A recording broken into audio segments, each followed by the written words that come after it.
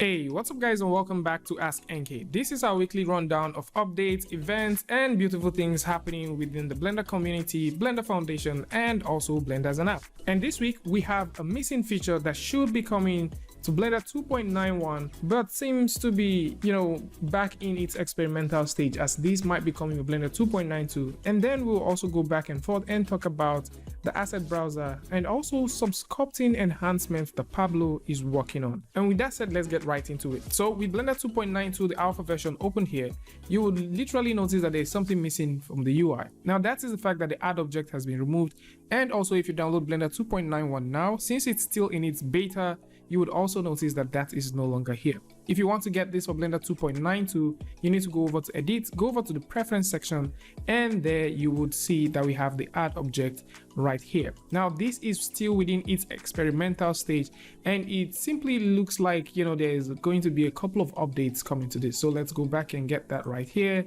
Let me make sure I have it turned on. All right, so we have it turned on there, and we can now see that we have it here. Now, the updates that we have for this is if you click on this object and you simply hover across any geometry you have on your scene, you would notice that we now have a grid. Now, this grid actually tells you where your next creation will be placed. So at this point, you can now click and drag and you can create, and you can see that this is quite nice.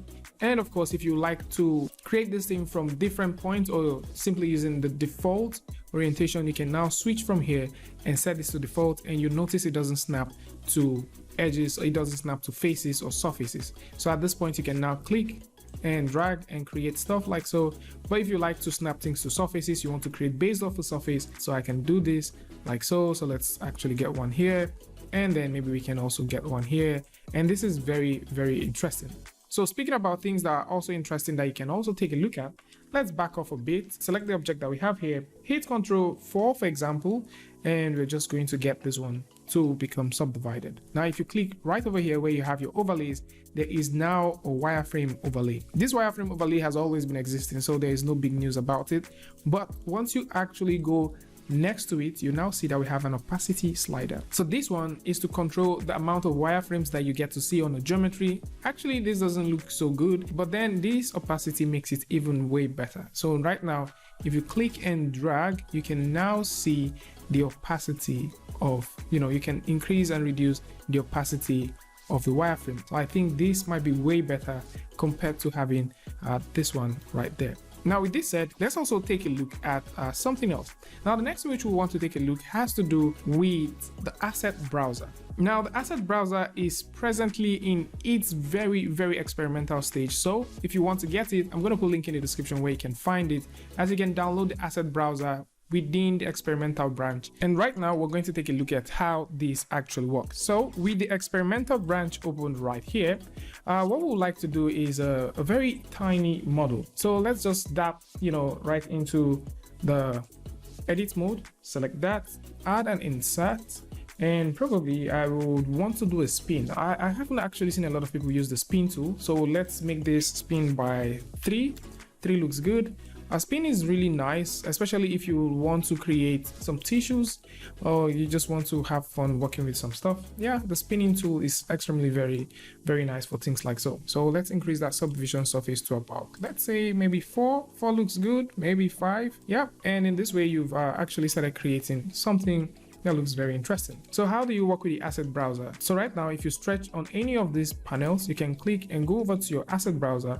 And right there, you can now see your asset browser. Adding your assets to your asset library or saving your assets within your asset browser is very easy. All you need to do is select the object, right click, go over to ID, and then make asset. And that's, that's basically how easy it is for you to now make asset by simply using the experimental branch of Blender 2.92 for the asset browser to create assets.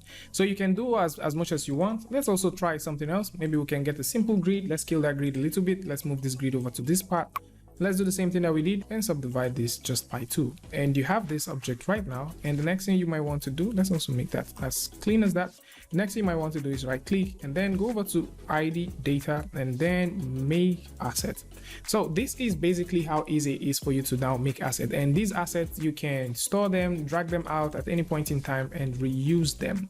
Now, what about textures? You can also go in there and add a couple of textures, add a couple of other things. And how you make these things is a bit tricky. So we select this right now and you go over to your material editor. You can make multiple materials. So let's say I want this material to be red, for example, and that's a red material. You can't see that because we're not within the shading. So if I go over to the shading, you now see that we have that.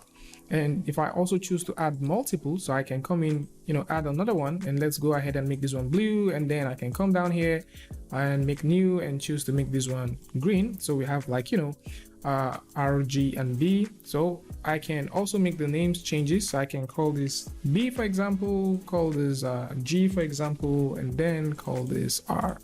So once you have all of these things done, if you click down, you can also save these things as assets. So how do you save them as assets? Select, right click, go all the way here and click on make assets. You can also do the same thing. So let's go over to our shading. You can see that there, right click, go all the way here and make asset. If you choose to make assets from here, for some reason, it doesn't save. What it does, on the other hand, is it actually makes a second geometry and it saves that one as a geometry.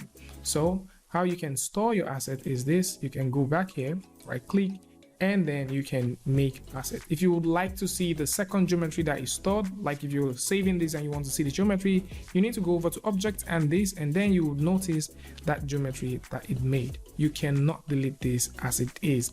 So hopefully they're going to, finalize this. It's just very interesting to see that this exists right now, but hopefully this will be finalized and we can get something out of it. But for the object that you have, yes, you can actually click, drag, and replace the textures or the colors, and you can also do the same thing for various parts. And this one is very, very interesting. So Asset Manager, there you have it. And this is a very cool update and a very cool tool that seems to be coming over to Blender. Now, with that said, let's take a look at some of the updates that Pablo seems to be planning for Blender 2.92. So the very first one has to do with the elastic transform. So the idea for the elastic transform is that the transform tool would be used to physically, do some elasticity or deform any object in combination with both the radius and also the gizmo. So at any point in time you would like to do things like that, that one would be something that you can actually do. The same thing is what we have in ZBRUSH, and of course we're going to take a look at that. But right now, if you're also feeling excited about that, Pablo is also adding some extra cooler features in terms of collision. So if you like to collide things, you like to use the transform tool as a means of colliding objects, that is also something that is very, very possible. And for those wondering how you can actually do that same, feature, which seems to be coming over to Blender here in ZBRUSH, that is also something that is very, very possible. So right here in ZBRUSH, if you also like to do that, you can also run dynamics by simply, selecting your first object, which you would like to have as a collision object, and going over to dynamics. Make sure you have that as a collision volume. So with that there, you can now go back to dynamics and then recalculate. Now, once you do that, it's now very easy. So for those who would like to try this, you can actually come over to ZBRUSH, try this one, and hopefully Pablo works his way up to making the simulation look even way cooler. With that said, he's also implementing the snake hook brush, which now supports elasticity deformation, and this one will be very, very good in case you want to do things like stylized hair, or maybe you want to create some stylized shapes. This will definitely come in very, very handy for most people. And while we are still talking about things that Pablo is trying to, implement and also fix, he is looking at creating a new brush for flattening and polishing surface areas. So if you're trying to work with your brushes, of course, you know how the flatten thing actually works. Most times it works, most times it doesn't work. But this one, it's more, he's actually looking at it that it should be way better than the scrape or the flatten brush that exists right now. So it's more like a flatten and polish brush, and this would actually come in very handy for most persons. So next off, let's talk about the grease pencil. So there is a very tiny update to the grease pencil right now. So if you simply add a grease pencil, let's take a look at the stroke, and you press tab on your keyboard. some very interesting thing is now here, and that has to do with the curve edit mode. You can now switch to curve edit mode, and this way you can now easily select and also play with the curves. So let's say I tap the G now, you can now notice that we have a handle, and I can select the handle and, you know, tweak this handle however I want. And for sure, these are little and tiny updates that would definitely make the grease pencil something that is worth using. Now, away from the grease pencil, let's also take a look at one more tiny update that is now existing for shading. Now, this one doesn't really do so much with shading. It only deals with the UI. So for example, we have an object like this, and let's just pretend that we're shading this object. If you go over to the shading panel, you would notice that we have these spheres. Now, these spheres are actually telling you, you know, the HDR that you have, and also how light reflects on matte objects and, you know, objects that are not reflective. So this way you can tell what's going on. But there's actually something that a lot of people have taken for granted, and it's the fact that once you look at this object as it is now, that this now looks way better contrary to what we used to have before. So if we put them side by side, let's just simply, you know, dock this, and let's move this one a bit upwards, and, you know, raise this one right here. So if you put the previous version of Blender and you put this one side by side, you would notice that it has a couple of artifacts, and, you know, it's not so smooth contrary to what we have here, which looks a bit way smoother than the previous one. So this is also a very cool update for this one. Now, another update that is now available, although this is a brand new one, is the fact that the folks at Maxon have released the first beta version of REDSHIFT. So if you have a REDSHIFT license for Houdini, Maya, or Cinema 4D, you can download that and also play with it. We're going to do a review about that and also play with it and see what the performance looks like against Cycle, and probably we might do for Octane. Hopefully one of these days we'll take a time and do that.